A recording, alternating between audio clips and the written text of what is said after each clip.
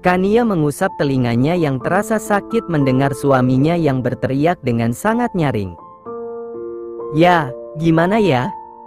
Biar kamu ngerasain aja gimana penderitaan aku dulu." Revan menggeleng dengan tegas. Ia tidak menyangka jika keinginan istrinya tersebut benar-benar gila. Ia pikir Kania akan meminta uang atau sesuatu yang mahal. Atau mungkin liburan lagi. Tapi jawaban yang diberikan istrinya sama sekali tidak pernah terpikirkan sedikit pun di dalam otaknya. "Aku mau kamu masuk penjara selama seminggu. Biar kamu bisa ngerasain penderitaan aku dulu." Begitulah bisikan yang disampaikan Kania. Membuat Revan refleks berteriak. Bagaimana mungkin ia baru tahu jika istrinya tersebut adalah sosok yang pendendam. "Enggak, Kania," tegas Revan. "Kenapa nggak mau?" Sewot Kania yang tidak suka dengan jawaban yang dilontarkan suaminya. "Kamu tuh harus ngerasain gimana rasanya ada di dalam penjara. Tiap hari makan cuman beberapa suap doang." "Bersyukur sayang," tegur Revan. Kania berdecak. Ia pun tahu jika dalam hidup ini harus selalu bersyukur. Namun ini kan beda konsepnya. Bersyukur, bersyukur. Itu juga aku tahu, kok. Sekarang kita lihat, seberapa bersyukurnya kamu kalau ada di dalam penjara.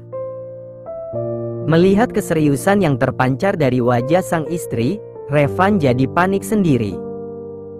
Ini sebenarnya istrinya serius atau hanya bercanda saja? Ingin menganggap jika istrinya sedang bercanda, tapi wajah wanita itu malah terlihat serius. "Istriku, sayangku, cintaku, yang paling aku love banget. Kamu lagi bercanda doang, kan?" "Siapa yang bercanda? Aku serius," sahut Kania yang semakin menunjukkan wajah keseriusan, seolah apa yang ia ucapkan tidak main-main. "Kamu kok tega banget? Emangnya kamu gak sayang sama aku?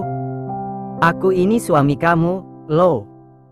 Yang bilang kamu tukang kebun siapa?" ketus Kania. "Iya, aku sayang sama kamu. Aku cinta sama aku. Tapi aku juga dendam sama kamu." Revan semakin menggeleng berkali-kali. Benar-benar dibuat frustasi dengan permintaan gila istrinya. Ini kenapa istrinya semakin menakutkan dan semakin menjadi-jadi. Baru saja dipuji tadi. Sekarang ia yang ikut kena mental. Sebenarnya wanita yang ada di sampingnya ini terbuat dari apa sih? "Sayang." Revan berusaha membujuk istrinya. "Kamu mau liburan lagi? Ke Dubai atau ke Korea misalnya? Aku siap kok. Kalau perlu besok kita langsung berangkat." Sebelah alis mata Kania terangkat tinggi. Lantas kembali melontarkan pertanyaan, "Negosiasi maksudnya?" "Enggak lah. Aku emang pengen nyenengin istri aku. Jujur, aku sayang banget sama kamu. Aku nggak bisa jauh-jauh dari kamu. Ya udah, kita ke Dubai-nya setelah kamu keluar dari penjara aja." Revan mendesah pelan. Niat hati memang ingin bernegosiasi, malah tidak ada gunanya. "Sayang, aku ini suami kamu. Kamu harusnya menghormati aku. Kamu berdosa loh kalau nyimpan dendam sama suami kamu sendiri. Asal kamu tahu aja, seorang istri yang menyimpan dendam pada suaminya sendiri, dosanya sangat besar." Tidak habis akal, Revan berusaha menceramahi istrinya. Berharap pemikiran wanita itu bisa sedikit terbuka. "Lagian kamu kan tahu, aku ini harus kerja supaya bisa ngehidupin kamu dan nabung buat anak-anak kita kelak. Kalau aku di penjara, gimana sama perusahaan aku? Entar yang ada perusahaan aku bakal gulung tikar, sayang." Kania justru tersenyum. Sama sekali tidak terpengaruh dengan ucapan sang suami. "Sayang, setelah aku pikir-pikir, selama aku hidup, aku nggak terlalu banyak ngelakuin dosa kok. Jadi nggak apa-apa nambah dosa dikit aja lagi," sahut Kania yang membuat Revan melongo. Untuk perusahaan, kamu tenang aja, ada Kak Hans yang bisa nangganinnya. Kan cuman seminggu doang. Pas liburan waktu itu juga Kak Hans yang ngurus semuanya. Kania. Kali ini Revan justru memanggil Kania dengan menaikkan 1 oktav suaranya. Lantas pria itu menatap tajam sang istri. Kayaknya aku harus lebih tegas sama kamu. Kamu gak bisa semena menanya lo sama suami kamu sendiri. Kamu itu harusnya menghormati aku. Revan mulai mengomeli sembari menatap tidak suka pada istrinya. Tatapan yang sangat jarang ia berikan pada istrinya. Kania menatap suaminya. Melihat Revan yang mulai terpancing emosi, ia bukannya takut, justru tetap tenang. Awas lo, kalau aku ngambek, jangan harap aku mau ngomong apalagi ngasih jatah selama sebulan. Revan langsung meneguk ludahnya dengan kasar. Tidak dikasih jatah selama sebulan? Yang benar saja. Dirinya mana sanggup. Pria beralis tebal tersebut langsung saja cengengesan. Jika tadi ia terlihat seperti harimau, kini pria itu justru terlihat seperti kucing. Hanya karena sebuah ancaman saja membuatnya langsung berubah seketika. Bangkit berdiri, Revan tanpa basa-basi langsung duduk di pangkuan sang istri. Membuat Kania seketika melotot. Bagaimana tidak, bayangkan saja memangku tubuh yang 2 kali lebih besar daripada dirinya. Revan, turun. Kamu berat. Bukannya bangkit berdiri, Revan justru semakin menjadi-jadi.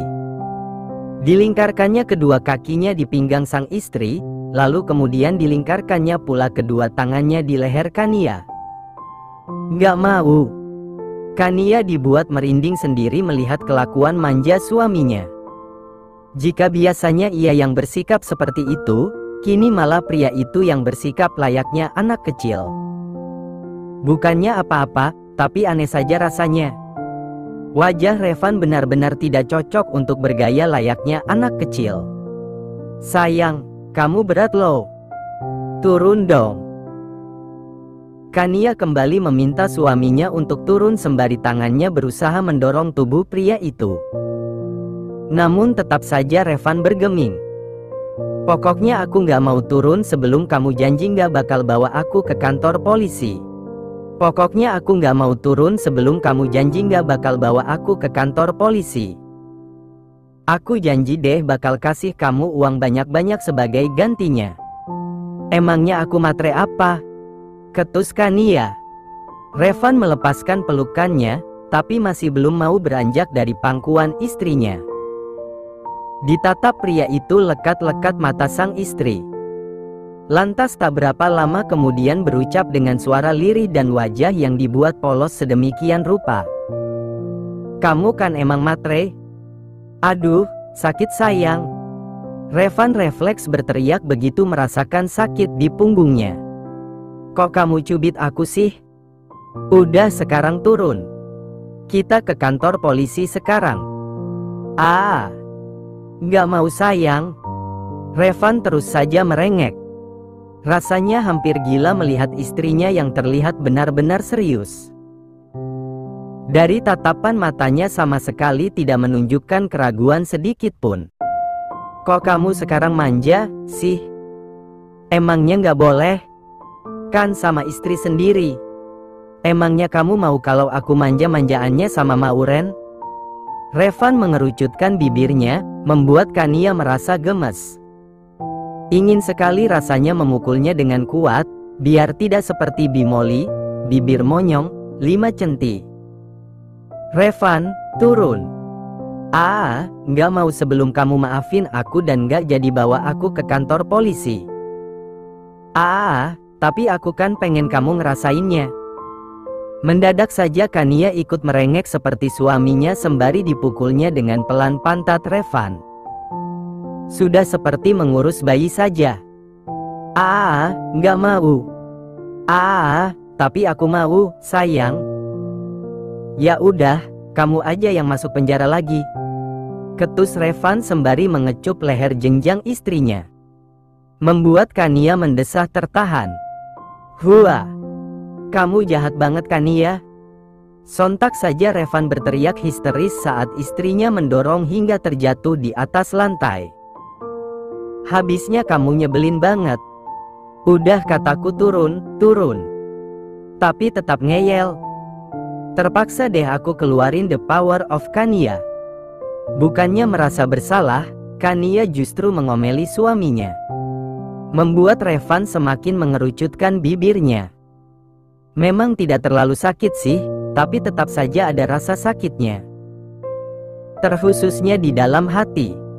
Ayo sekarang kita ke kantor polisi. Gak mau.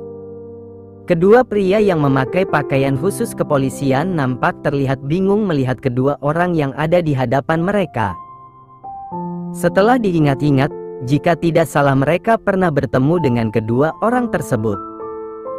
Maaf, Pak, Bu, ada yang bisa kami bantu? Tanya salah seorang pria berpakaian kepolisian tersebut dengan ramah. Kedua pria berseragam polisi tersebut kompak menggaruk tengkuk mereka yang tidak gatal kala melihat tatapan tajam yang diberikan wanita di depannya. Tatapan wanita itu seperti menyimpan dendam yang teramat dalam. Saya pengen jeblosin suami saya ke penjara, ucap Kania to the point. Sementara Revan hanya diam saja. Pasrah dengan nasibnya, terserah istrinya mau melakukan apapun. Andai waktu diputar kembali, mana mungkin ia menjebloskan Kania ke penjara. Sekarang sepertinya ia terkena karmanya. Gak mau. Oke, mulai detik ini jatah kamu aku batasin. Sebulan cuman sekali. Itu pun tergantung mood aku. Ya udah, aku jajan di luar aja, sahut Revan yang sontak saja mendapat delikan tidak suka dari Kania. Ya udah, tapi bakal aku pastikan kalau setelah kamu bangun pagi hari, kamu bakal terkejut karena kehilangan adik kecil kamu itu, karena udah aku potong. Oke, sayang. Aku mau masuk penjara. Tapi dengan satu syarat. Jatah aku seharinya harus ditambahin. Deal? Kania berdecak kesal. Kalau urusan jatah aja mau. Ketus Kania. Oke, bisa diatur. Ya. Suami. Nampak kedua polisi tersebut terkejut bukan main. Terus suaminya mana, Bu? Lah, ini. Kania menunjuk Revan yang hanya diam. Seriusan? Jadi dia suaminya ibu? Tapi tempo hari lalu. Nampak polisi yang bernama Rudy tersebut bingung bagaimana mengatakannya. Masalahnya seingatnya wanita yang ada di depannya ini pernah masuk penjara akibat dituntut oleh pria yang ada di samping wanita tersebut. Tempo hari yang lalu kita masih jadi musuhan. Tapi sekarang kita udah saling cinta. Ya, bisa dikatakan cintaku bersemi di kantor polisi, sahut Kania sembari terkekeh. Revan yang mendengarnya langsung berdecih dalam hati.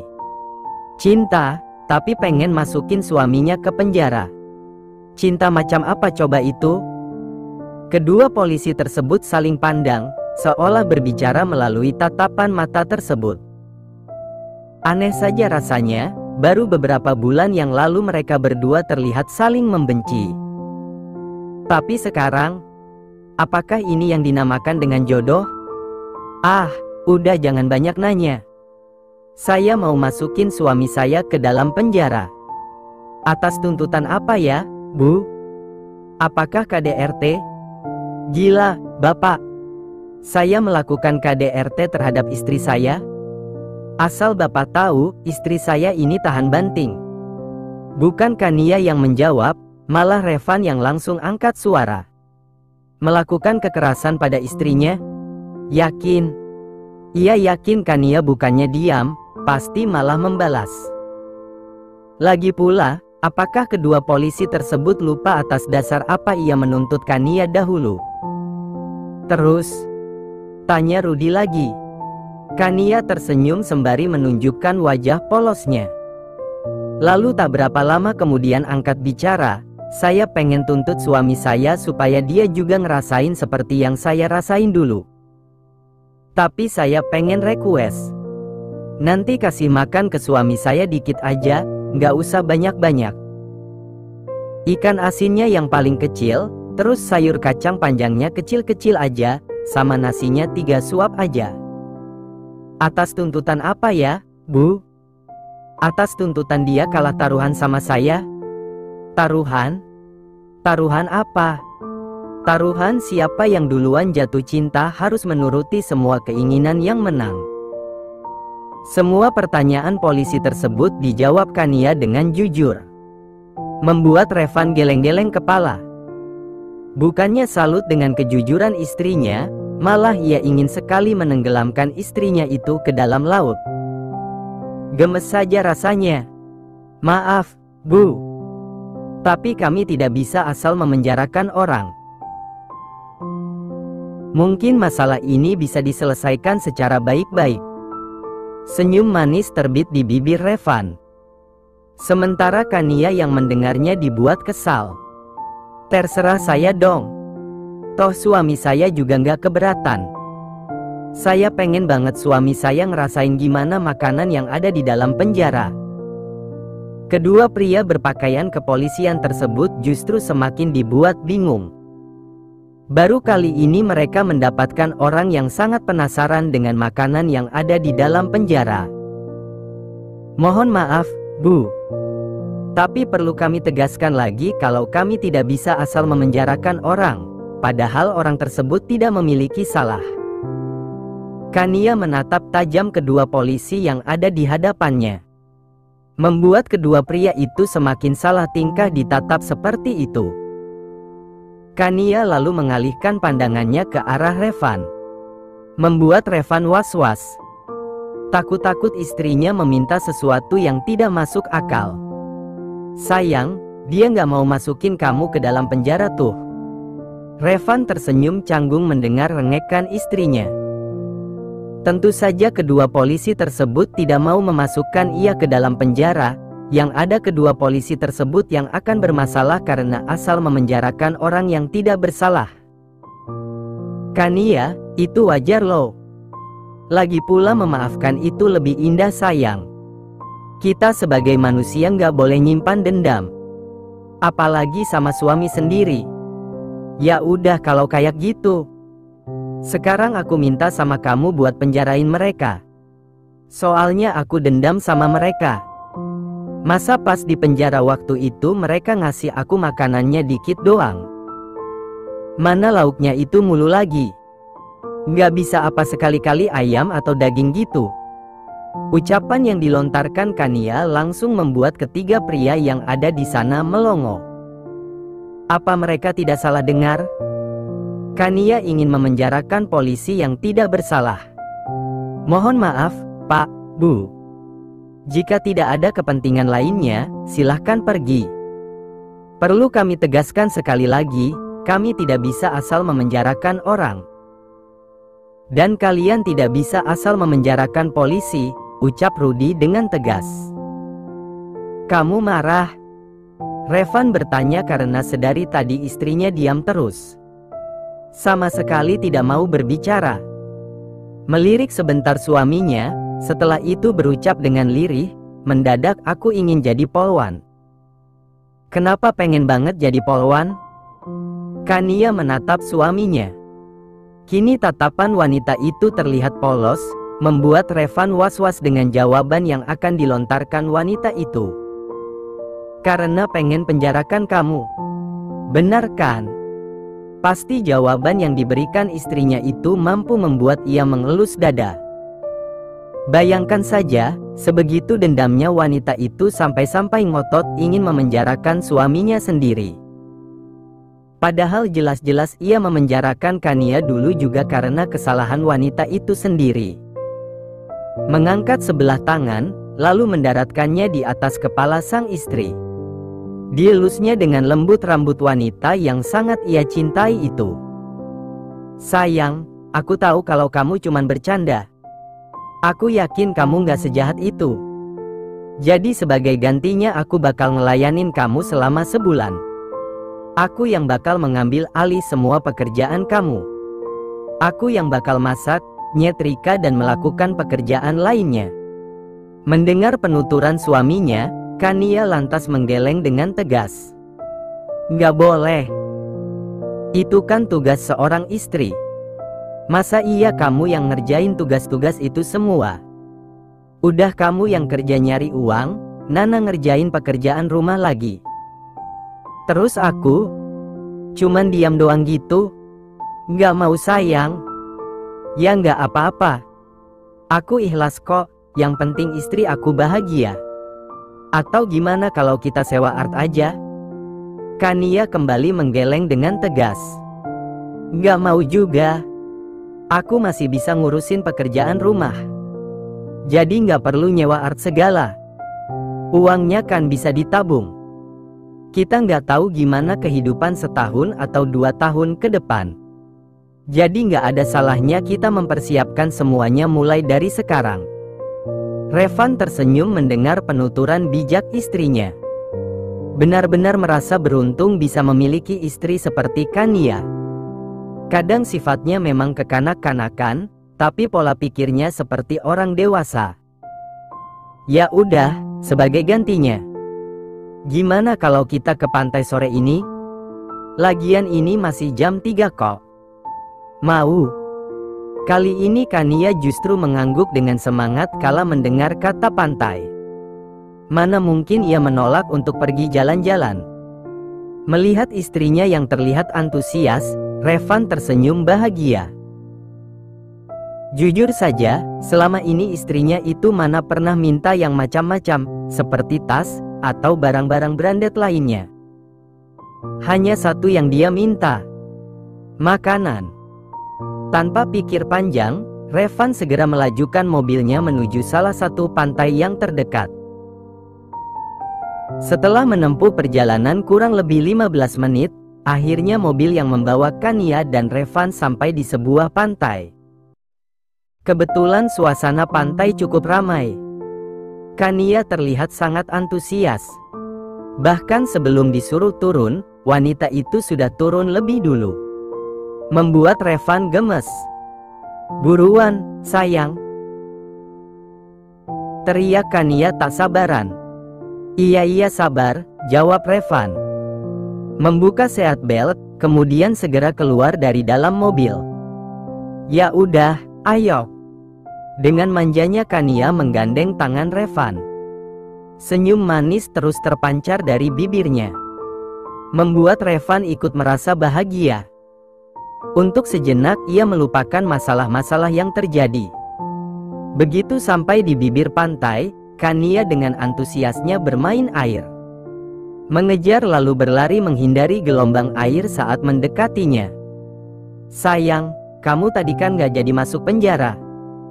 Jadi, sebagai gantinya kamu gendong aku ya, gimana? Tanya Kania antusias. Ingin saja merasakannya, mengingat selama mereka liburan di Spanyol saat itu, ia tidak pernah meminta Revan menggendongnya. Nanti aku encok sayang. Kamu kan berat, keluh Revan pura-pura.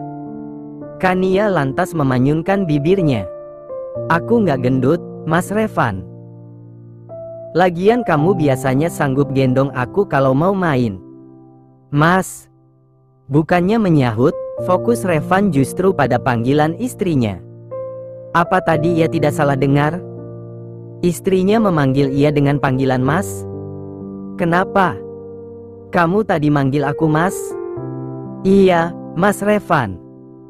Setelah aku pikir-pikir, nggak sopan banget rasanya kalau aku panggil kamu dengan panggilan Revan, sedangkan umur kita beda 3 tahun, jawab Kania dengan santai. Revan tersenyum. Sebelumnya mana ada yang pernah memanggilnya dengan panggilan tersebut. Mas. Mas Revan. Senang banget gue rasanya.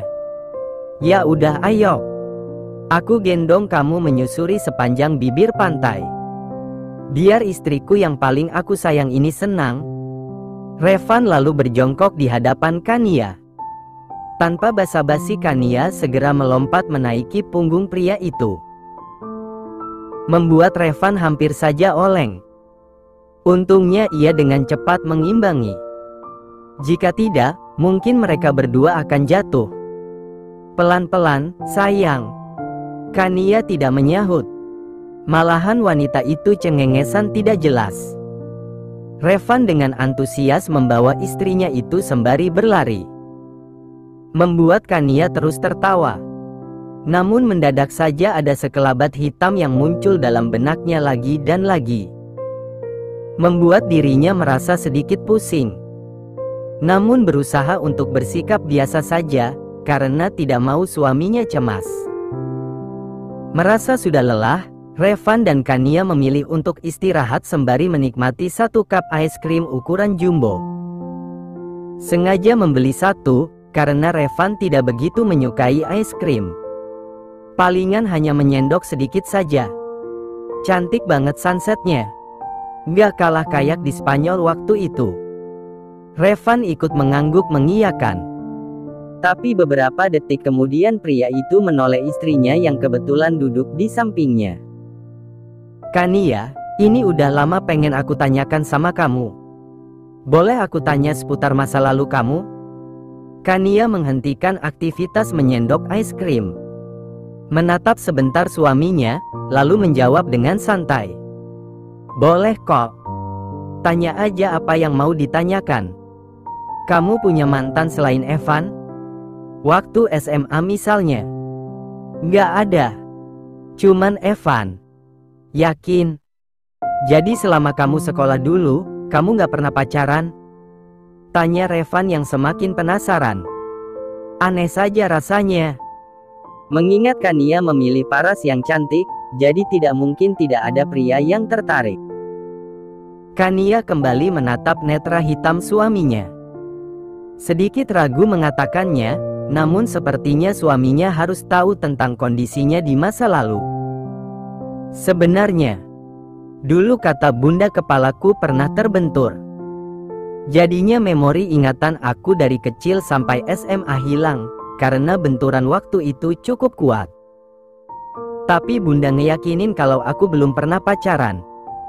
Katanya dia yang ngelarang aku buat pacaran dan selalu nurut waktu itu. Revan sedikit terkejut mendengar penuturan istrinya. Jadi maksudnya kamu amnesia? Tanya Revan memastikan. Ya gitulah. Tapi kayaknya nggak ada yang spesial dari masa lalu aku. Nampaknya Revan semakin tertarik dengan kehidupan masa lalu istrinya. Ingin mengoreksi lebih banyak informasi tentang wanita itu. Jujur saja, sampai saat ini Revan masih merasakan kehadiran Acha dalam hidupnya. Ia merasa jika kekasihnya itu belum pergi, namun masih ada di dekatnya. Dan jika boleh jujur, dirinya benar-benar melihat sosok Acha dalam diri Kania. Namun tetap saja, Acha dan Kania adalah orang yang berbeda. Lagi pula bagaimanapun dirinya menolak jika Acha sudah pergi, tetap saja begitulah faktanya. Mungkin ia bisa percaya jika Acha belum pergi jika polisi tidak menemukan jasad wanita itu, tapi jelas-jelas polisi menemukan dua jasad wanita di dalam mobil yang ditumpangi keluarga Clovis. Siapa lagi jika bukan Nyonya Clovis dan Acha? Terus, kamu punya kakak? Kania menatap malas suaminya. Ya nggak ada lah, mas. Kalau aku punya kakak, otomatis waktu pernikahan dulu, dia pasti datang. Kamu nggak ingat apa-apa gitu? Maksudnya setiap masa lalu kan pasti ada yang menyenangkan sehingga nggak mudah untuk dilupain gitu aja. Kamu nggak ingat apa-apa gitu? Kania menggeleng. Kayaknya masa lalu aku biasanya aja. Aku nggak ingat apa-apa. Kamu ingat sama Kak Anu? Kania terdiam sebentar. Namun kemudian wanita itu menatap tajam suaminya. Jujur aja, kamu masih nganggep aku Acha kan? Biar aku tegasin sama kamu Revan. Aku ini Kania, bukan Acha. Seberapa mirip pun kami, tetap aja berbeda. Kamu nggak bisa nganggep aku seperti Acha, apalagi cinta sama aku hanya karena aku memiliki kepribadian, tanggal lahir yang sama seperti dia.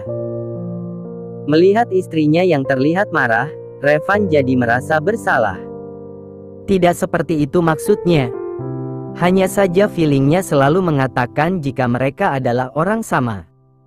Maafin aku. Aku nggak bermaksud buat nyinggung perasaan kamu. Kania menghela napas. Ingin rasanya menangis, tapi berusaha untuk bersikap biasa saja. Bagaimana tidak sedih, ternyata suaminya masih saja mengira jika ia adalah Acha.